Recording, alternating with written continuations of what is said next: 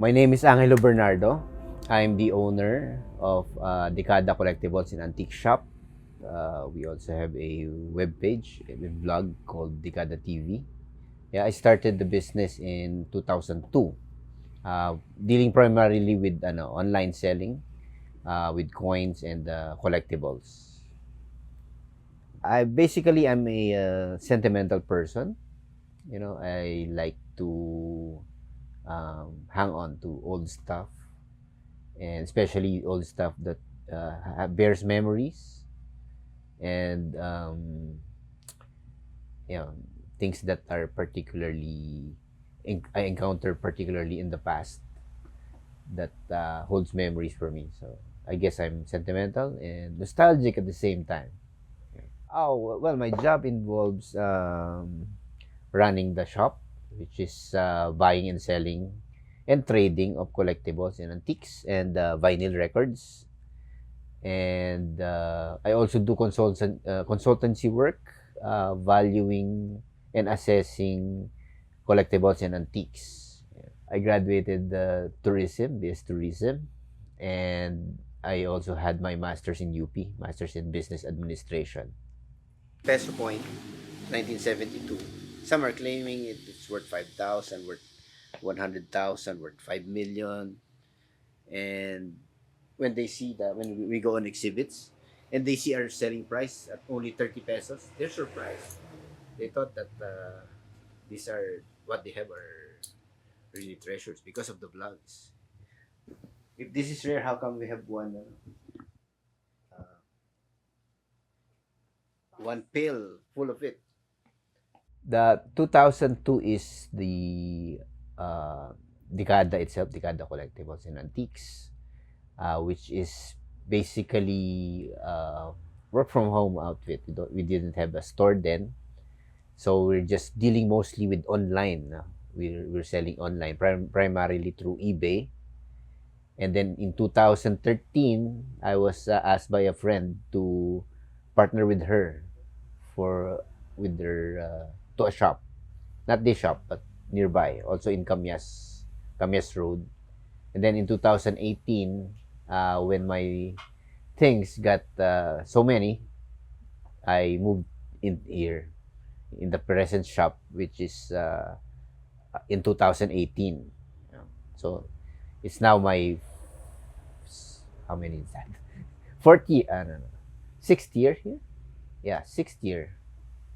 When I was conceptualizing Decada in 2001, which was then I was still working on my MBA, working on finishing my MBA. And one of the projects there was basically making a business plan. So basically, I thought of Decada mostly because some of the things that I've been thinking of about a name has already been taken, like Siglo, or which is really antiques. So I think, but Decada is not yet taken. So I took up the name Decada. Yeah, I also designed the logo, which is when you invert it, it will what do you call that? It's an the logo is an ambigram of Decada. So when you invert it, it would read the same. I have a lot of coins, but these are some of the stuff that are you can easily see. So they're in trays. So these are mostly silver coins, Philippines and American mostly, and a lot of odd stuff like anting amulets, then political matchboxes, then dress buttons from the Commonwealth era, some more coins, and this one is a favorite also. This is a cufflink of San Miguel Brewery in the 1940s. All right, this is my lucky 500 peso bill. I got it from a change. I got it from a payment when I was having an exhibit in a mall, in Chinatown Mall in Binondo, Manila. So this one has my initials on it, BA Bernardo Angelo, and then straight solid numbers 888888, which is considered by lucky by a lot of people there. I have paintings also. This one by Salvador Cabrera. A lot of other paintings like this one by Baltimore. And I also have this. This is signed photo by Miss Universe 1973, Miss Margie Moran. Old objects hold history.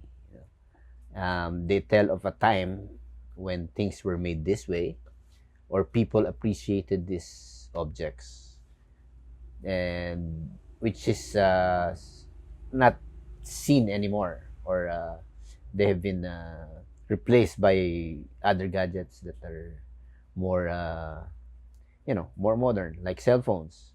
And before, all of these were different: cameras, vinyl records, um, recorders, and what have you, all are all already encased in one. But to be nostalgic about it, it's what was in the past that helps you get a sense of history, especially coins and banknotes, which tell of a time when these were being used, you know, or bottles.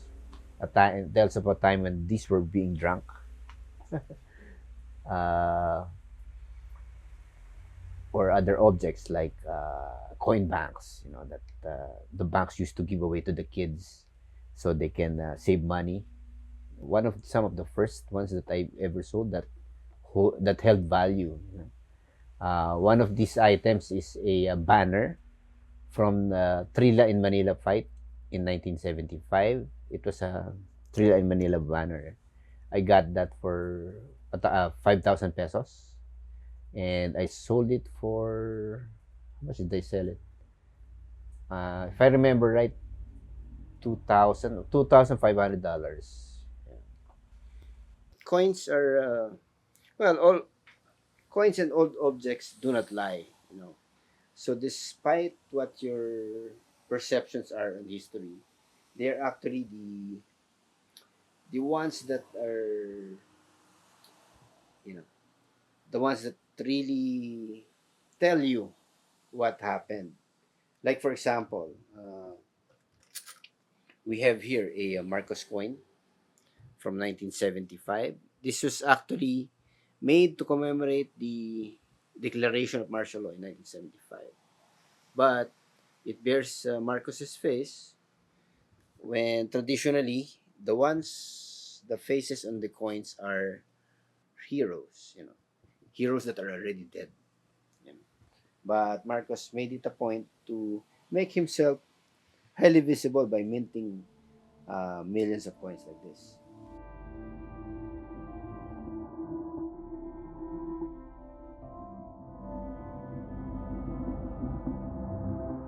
See Metro Manila as being more cosmopolitan, although now it's a bit chaotic, but really it's really open to everyone from the provinces who live here to seek a better life, and to foreign uh, foreigners who also hold jobs here, and essentially just fall in love with the city and then stay here.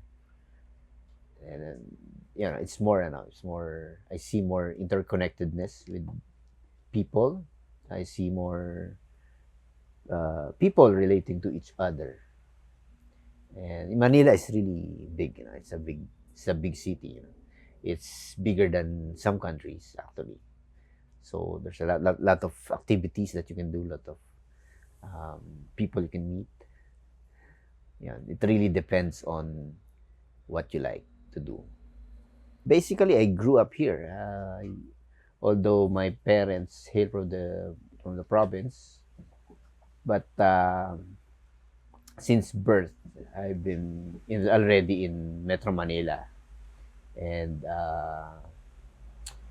I'm nostalgic about it because this is where I grew my roots in. I developed long, lasting, and deep friendships here, and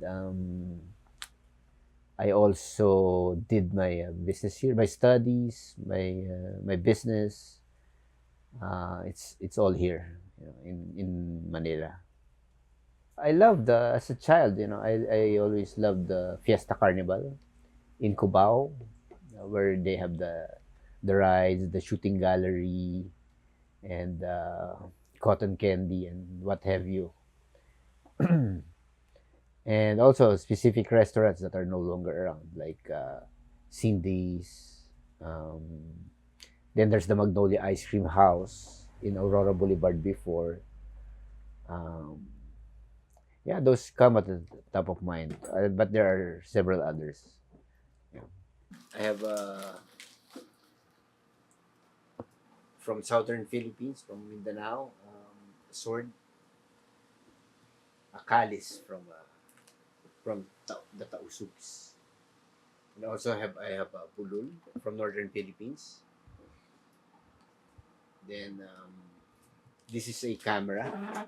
This is a Soviet era, Cold War era, or maybe World War II reconnaissance camera, where the soldiers carry it and they shoot pictures.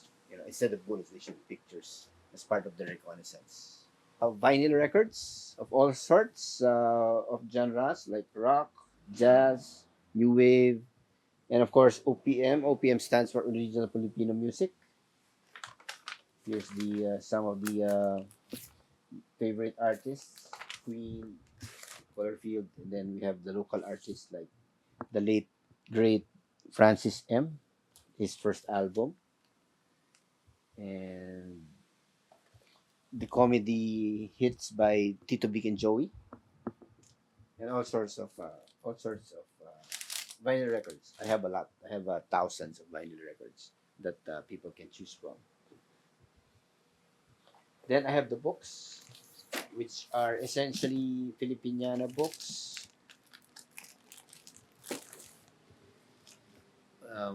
Several like art books, then esoteric books like this, and this is an Atari game from the 80s. This one is a newspaper from the iconic fight between Muhammad Ali and Joe Frazier at the Araneta Coliseum in 1975. So this is an iconic headline. Okay, this one is a jacket worn by Filipino American artist Apple the App of the Black Eyed Peas. Okay, here in the medicine cabinet, there's an assortment of bottles, like antique medicine bottles. This one is a favorite. This is Tiki Tiki. This is the old drops for children by Zamora. Farmacia Zamora. Then old mini bottles of San Miguel beer, San Miguel Pilsen. Plus, we have a lot of bottles from the 1950s to the 1970s to 1980s. Personal favorites would be the soft drinks from the 70s, like Pepsi, Mirinda. Then from the 80s and 90s, Magnolia. Personal favorite in my childhood, Rodeo root beer. This really tastes good. This is from the 1970s to the early 80s. What else is there? Royal. Okay, here's the Royal series. Royal soda, tonic water, lemon lime. This I haven't tasted as kid, but they were there. And here we have paper money. We have foreign paper money from all over the world. We also have paper money from the Philippines from the 1970s to the 1950s and 1940s. There you go. And here's some more. This is the English series from the 1950s. And some guerrilla money. These guerrilla money were issued during the war, during World War II, by order of President Quezon when Manila fell. Quezon ordered governors, provincial governors, to print their own money, and they would be payable out after the war. This is a case gin bottle used to contain gin from the late 19th to early 20th century. Japanese occupation poster, and this one is a Japanese occupation flyer that were given by Japanese to the locals, to Filipinos in areas that were occupied by them. And we have a wireless iron that used coals. This is probably from the 1950s, 1940s or earlier. Okay, we have animal horns, deer horns. This is a tricycle from the 19 pedal tricycle from the 1970s or earlier. I just got this jukebox. These are for I'm going to have them restored. You know, when I restore them, I can sell them for 200 to 300,000 each. So this is a gramophone from 1928. It's called Victrola. Okay, there are several dolls residing within the gramophone because of lack of space. So this is where the turntable is, the phonograph, and these are the speakers. This is not electrical. This is by operates by cranking them up. So this is the model VV 1928 Victrola.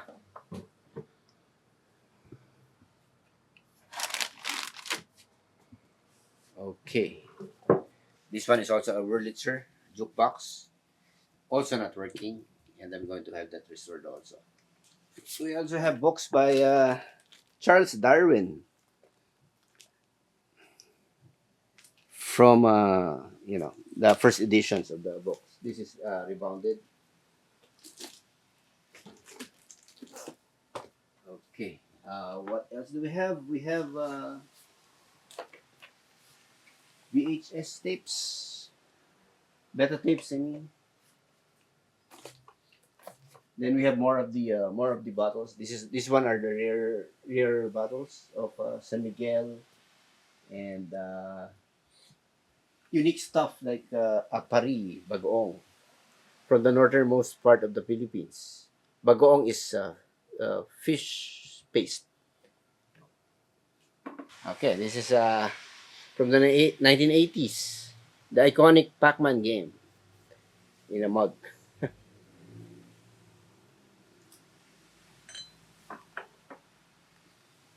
Aside from that, I have an assortment of paintings. So many paintings that a lot of paintings are not displayed because I lack the space. This is a very small space, it's getting very cramped. But when I started here in 2018, it was just when you speak, it echoes. That's how empty it was. But now it's really almost full. When more stuff comes in, sometimes we struggle where to put them already. Old objects are not necessarily appreciated by all, even loved ones, but some of them, they'll probably keep what I give them because I gave it to them. But in terms of the items, it's really difficult. So what I would probably leave to them was what was left to me by other people, like my grandfather, grandmother, and that's it. The others I can sell. Even my collection, I'm willing to sell it if nobody in the family is going to appreciate it. Since the beginning of time, I would say people have already collected. You know, they would collect objects of memories or memorabilia of the things they hunted, like tooth, um, or bones, or like that. The penchant with the collecting carcasses of animals. That's still very basic. Because as I've read one, what do you call this one? An evolutionary biologist. He says that man has basically grown in leaps and bounds in terms of technology, in terms of culture. From the Stone Age, since then, it's really been a meteoric rise. But the basic baser instincts of man are actually still there. We still have that mentality, that Stone Age mentality. Like, for example, traffic. You know, you wouldn't want to get cut, and wait, how do you say this? When you see something that you like, you tend to collect it. You think, oh, this is nice. It could be a flower, or it could be a big stone that you like. So I see people that are to still continue collecting, even hundreds of years from now, they'll still be collecting, and who knows? Some of our pieces would already be prize collections of collectors from the future. So me, I don't consider myself an owner of this stuff, these collectibles. I'm just actually it's actually on loan to me, uh, in history, from history, because eventually, when I'm gone, when Decada is gone, then these objects will still persist, will still be there as long as they don't get destroyed. Somebody else will collect them, and then after them, somebody else will also collect them. So it's a cycle. Then I'm just blessed to have been to have learned this much from history. But basically, these are not mine. Just unknown. Eventually, I would have to give it to somebody else. Either I give it away, either I sell them, or it gets lost. But somebody else will take it as long as it's not destroyed.